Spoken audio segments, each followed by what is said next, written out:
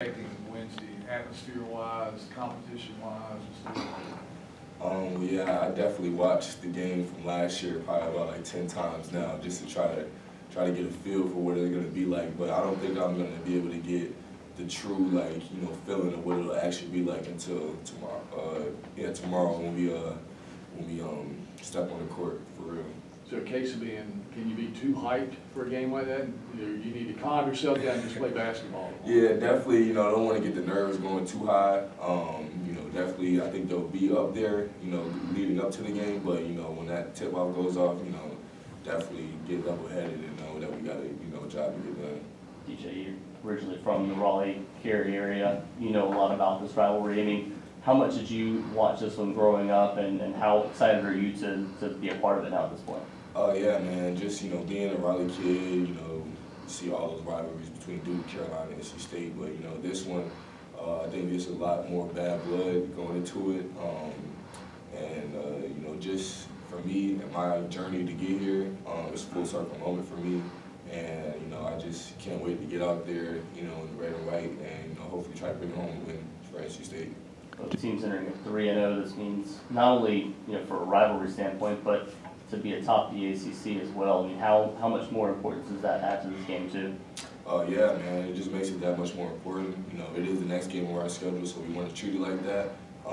But to be first place in the ACC, there's a lot of doubt coming in, early on in the season, how this team would, shake out. So, definitely for us, that would just be like, another way to prove that, we are here and we're a good team. When you look back on past rivalries, Arizona State, Arizona, Bradley, Illinois State, is there a little extra energy when you play the rival? Definitely for a basketball player, you get up for those type of games, and just, speaking on the rivalry between ASU and Arizona, that's, one of the greatest rivalries ever. I don't think I've played in, too many games that, they pack the whole arena out, and it's for the opposing team, but, we did get a win at Arizona, so I've got a taste to know what it feels like to take down your rival. So hopefully we can keep that trend going. What's it been like for you with Michael kind of playing on the point, letting you slide over, let him kind of be more the ball handler, or you can kind of just worry about scoring the ball? It's love. For me, I'm known probably more to be a scorer. So when I do get that opportunity, Mike comes in the game, it takes a lot of pressure off me. And it just kind of, shows how deep and good we are as a team for me able to move positions like that and, be more score-minded and let Mike run the point. I think it just shows how deep we are as a team. And, you need teams like that if you want to play deep in the March. Coach has been full of praise on Jaden Taylor's on-ball defense the last 2 days. What makes him tough when you go against him in practice or pickup games? He's just one of those guys, he's out there, it's like Energizer Bunny. You put 2 batteries in his back and he just goes, man. I'm like, to pick up the other team's best player, 94, the whole game, and, still be able to score and do everything else he's asked of, that's a, pretty hard task to do. Not a lot of guys can do that. And, the way he's doing it right now, he's starting to, turn a lot of heads, and, he just got to keep it going, and it'll be a great test tomorrow for him to back that up.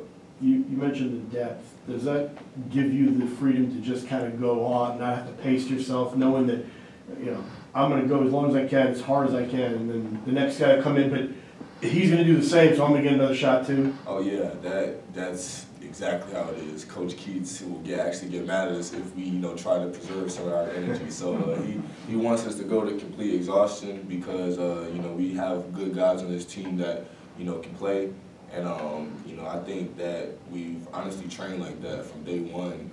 Practices are always high tempo and everything, and it's geared us up to be able to play like that. How much does that help in late game situations? Because as rough as Notre Dame was, you guys closed, I believe, 8-0 and kind of dominated on both ends of the court when it counted.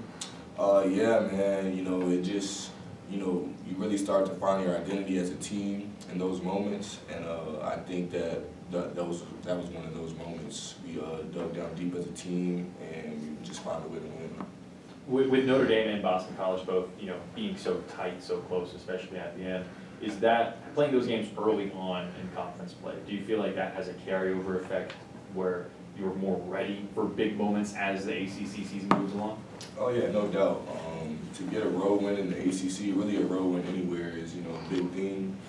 So for us to go ahead and take care of business early on, I think that and walk away with wins from those two situations, it definitely can leave a good taste in our mouth, and we definitely can look back at those games and take things away, and so how we can be better for the next games. What does it say about this team to be able to win, I guess, at Notre Dame in kind of a grinded out game, but also come back the next game and have a 21-point lead and be able to score a lot more now? Yeah, it just kind of shows how good we are starting to become as a team, and when we start to play the right way and rely on our defense to kind of get things going for us, I think that we can be a really good team, and it kind of showed a little bit in that Virginia game. What's it been like seeing Dennis kind of come into his own as a freshman? Dennis Parker, buy stock now. For sure. Dennis Parker, man, he from day one, he was always turning my head. Very springy. I would say stretch forward, but he's coming into his own, man. And I think that Wolfpack Nation has only seen just a little bit of what he can truly be. But Keats definitely he loves him. He's giving him confidence, and the more that he can continue to do these type of games will be big for him later on down the road. What was going through your head when he shot that 40-footer with 1 second on the shot? I saw him coming around. The play was actually for me to try to get the ball going and run a start. And when he got it, I was just hoping that he didn't pass it to me, because I'm like, it's a bomb right there. Just get it up, man. But it went bottom of the net. The crowd started going crazy, and I think it kind of opened up the floodgates for the rest of the game for us to start knocking down some shots. When you look at this Tar Heel team, what do you see in them, and what's the key for you all to come out with the victory here?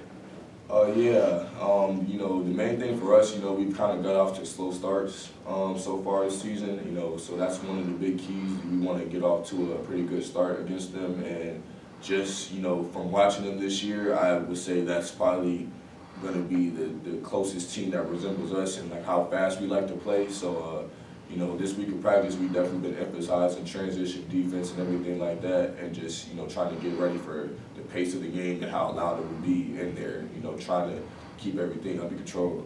What other little details did you pick up when you were watching the game on TV? When you say you were watching the game on TV from last year, what other details did you pick up? Oh yeah, man, just the energy in the arena was crazy. Just the importance of every possession in that game, how it mattered. It really showed me how, if we're going to beat UNC, we're going to have to be firing on all cylinders, and just, the margin for error will be very little. Is there any kind of like whiplash almost going from the grinded out in Notre Dame, the pace of Virginia, and then suddenly being able to turn it on and play with pace against UNC? How was that transition? I don't really think it'll be too much of a transition for us, just mainly because that's like our identity. That's how Keats wants us to play every time. So even when, we might not look like we're playing like that, we're trying to at least. So I think that, the fact that they do like to play like that, it'll kind of just play into our favor, and it'll just be a really fast-paced game. Do you like to play fast-paced games like that? Does that get you going personally? Oh yeah, for sure. I mean, especially as for a scorer, you get more shots playing like that. It's not as slow, and you sitting there gotta wait 30 seconds for the shot clock to go off for him to get a shot. Now you get a shot. So definitely, I like fast-paced games, and